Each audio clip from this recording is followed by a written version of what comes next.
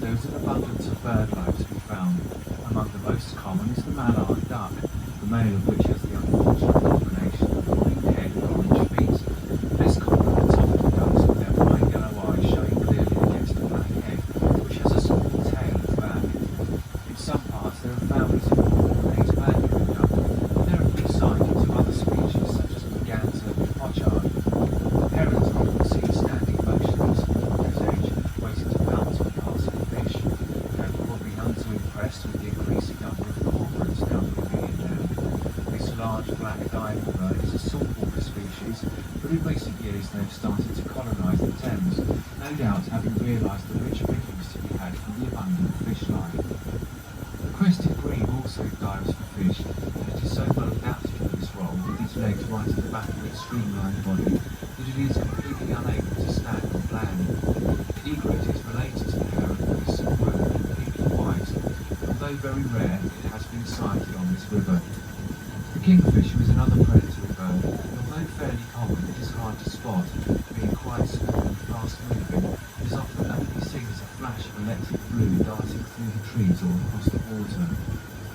There is the rail family, which includes the moorhen with its black body and red face, and the coot, which is black with a white face and beak.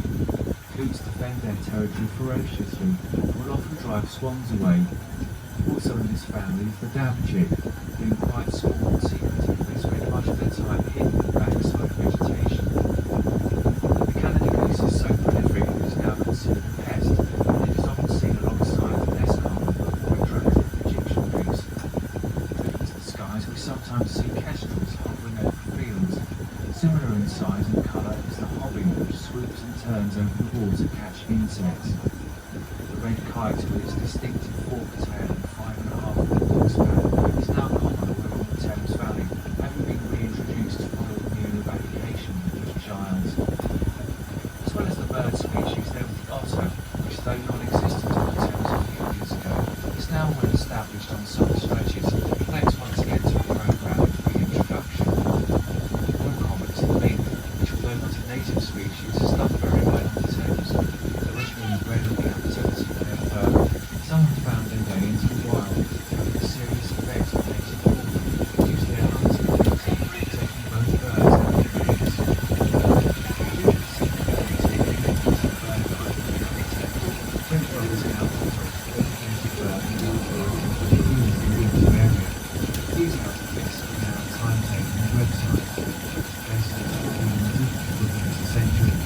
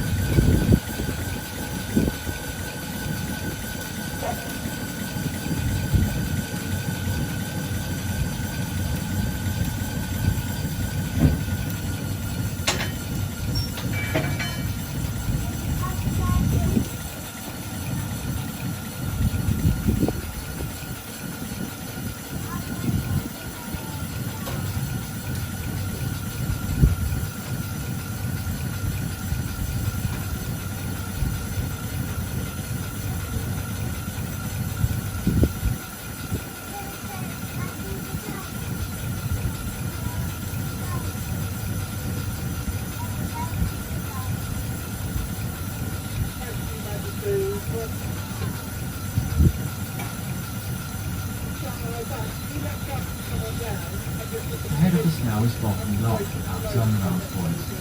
We are currently on what is known as the Upper Thames, which refers to the non-tidal part of the river, stretching for about 140 miles from the source in the Cotswold Hills in Gloucestershire to Teddington in London, passing through 44 of these lock and weir systems on the way, each one roughly 2 or 3 miles apart.